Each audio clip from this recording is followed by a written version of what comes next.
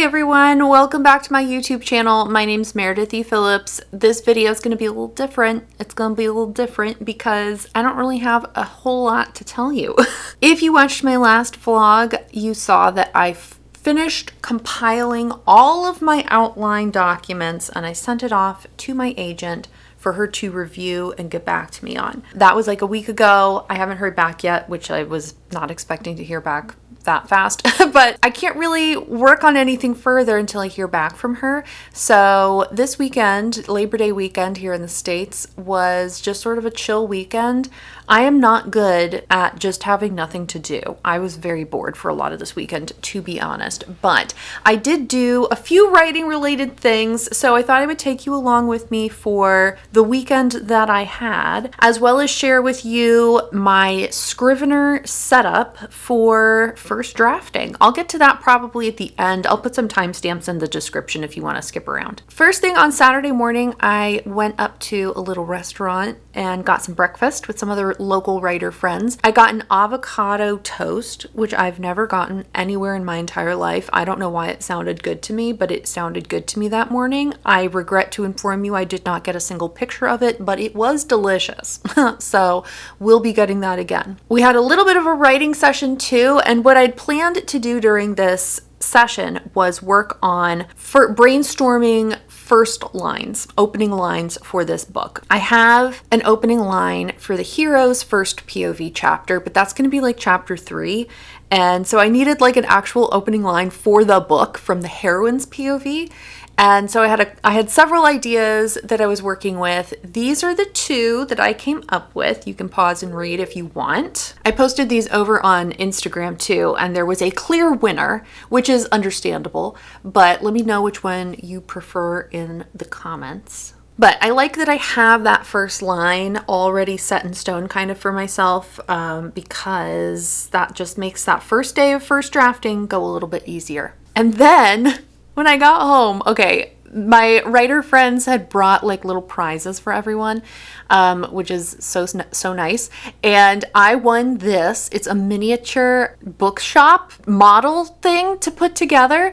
And I was like, oh, this will be cute and fun. And I took it out of the box and I took all the pieces out. And I was like, this is a lot of pieces and they are all very, very tiny. I am not even joking, like 3 hours putting this thing together. It is adorable. And it actually went together, like the pieces were well done the way they fit together and everything, but this took so long. But it looks real cute up on the bookshelf, I think. Later on Sunday, I did something that I'm a little embarrassed that I didn't know about, but I feel like, I don't know, I've never seen anyone do this before. Up until like a year and a half ago, I saw someone talk about this in a video and I was like, ew, really? You're supposed to do that? So there's a filter in your dishwasher and you're supposed to clean it every so often. And I had never known that was a thing that needed to be cleaned. So it's pretty gross if you let it go for a while, as you can see here. So anyway, I'll link to a video or something below if you're like, yikes, I didn't know that was a thing either. And mine's probably filthy. You're probably gonna wanna clean it. It doesn't take the first time you clean it, it does take a long time if you've never done it because it's filthy from like however many years you've been using it and not cleaning it.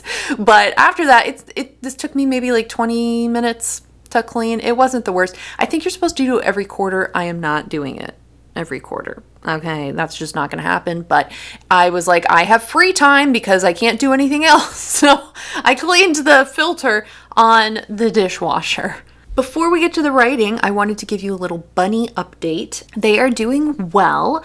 Little girl bunny gave me a little bit of a stress though, because on Monday the 25th, we dropped her off to be spayed, which was very good. And we have, in our time as bunny owners, as bunny fosterers, we've helped multiple female rabbits recover from spay surgery at this point. It usually is not that big a deal. They take like 24 hours to kind of get over it and they're back to their normal selves. So I was anticipating, 12 to 24 hours where she would be kind of out of it and then she would be sort of back to normal.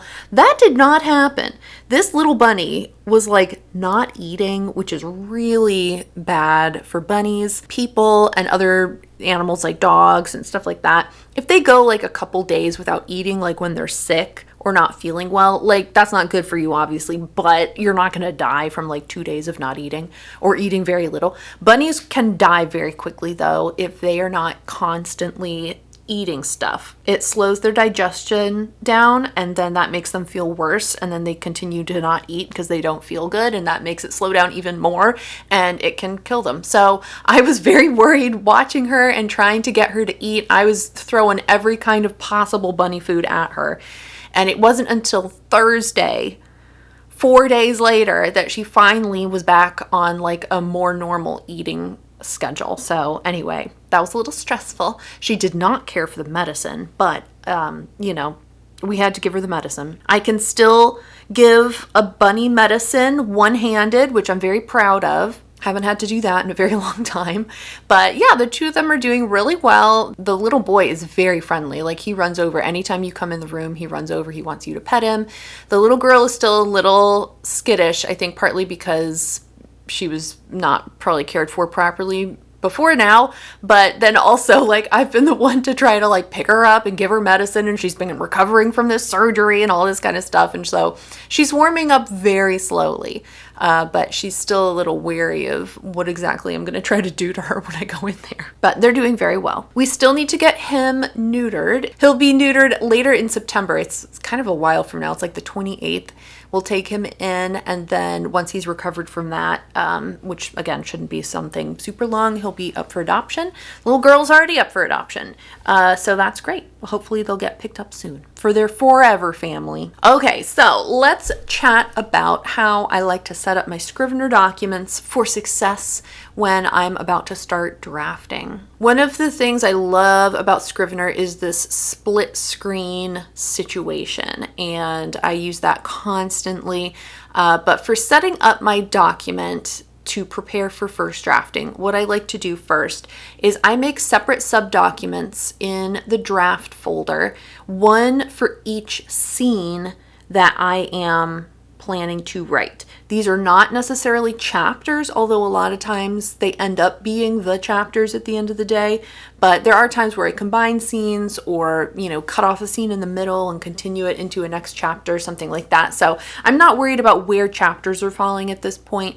I've outlined scene by scene, and then I write scene by scene. So each of these little sub-documents has the act number, the scene number, and then the name of the beat. So is this the all is lost beat? Is it the meet cute? Is it, you know, what is it exactly? And that just helps me keep everything organized to keep it all on track. Next, I like to change the icon on each of those sub-documents to match the POV of the character. So I have chosen the stereotypical boy and girl colors here. So Henry, my male main character, his chapters or his scenes here are blue, and Celia's are pink. The other thing I did is I copied over the written out narration that I had sent to my agent. It's basically the same as the scene by scene breakdown, but I had a few extra details in there that I don't have in the scene by scene breakdown, and there's a few extra details in the scene by scene breakdown that aren't in the outline document I sent, blah, blah, blah. So I like to have everything. I need everything.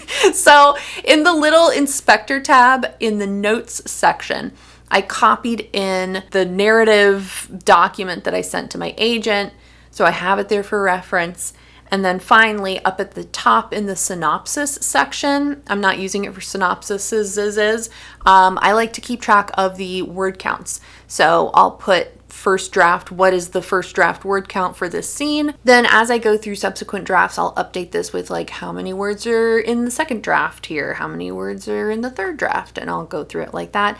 That doesn't really do anything. I just like numbers and I like seeing them, and that is what I do. So when I am drafting, this is the setup. I have the inspector tab open, I have the scene by scene breakdown open, and then I have the actual drafting document on the left side there. That way I have pretty much every piece of information that I could possibly need Down farther in this Scrivener document, I have all of my original brainstorming notes, my beat sheet outline, the details for me for this story. I have like the details of the road trip and the itinerary, the character profile sketches, like all of the things. So if there's something in there I need to look at or reference again, it's all there. I also have all of my historical notes of one kind or another. Some of these are carried over from my last project. So like this new book that I'm going to be writing has nothing to do with the Royal Academy exhibition, but those are notes I had from the last book, and here they are again. Hopefully that was helpful, interesting. Maybe you think I'm crazy. Maybe I have too much information on the screen. I don't know, but that's what my document looks like. It works for me. And I can't wait to actually start drafting this thing. My plan for whenever that happens, whenever my agent gets back to me and I'm able to start drafting, my plan is to do like what I've done in the past, back in the old NaNoWriMo days. I'll do like 2K a day, 2,000 words a day, at least for the most part. And I'll try to vlog every single day. So you'll get another couple of weeks with 2 vlogs, Tuesdays and Fridays. For me, it typically takes, I would say 4 to 5 weeks, maybe 6 weeks if something goes messy or this ends up way longer than I was anticipating, but 4 to 6 weeks at most for a draft, and then we'll move on from there. Okay, so I know that is a lot shorter than my usual videos, but again, like I really have not done very much of anything in the last week. So that's what you're getting for this week. I will hopefully be back soon with first draft vlogs. I am so thrilled and excited to get into that drafting. Real quick before I sign off, I wanted to say a big thank you to Johanna, Lindsay, Anne, Monet, and Cassandra for joining up over on my Patreon. I really appreciate it. If you'd like to see what all goes on over there, the link is always in the description. For now, if you liked this video, give it a thumbs up. And if you haven't already, you can click the subscribe button. I usually post videos on Fridays. Thank you so much for watching. I hope you have a great rest of your day, and I will see you next time. Bye.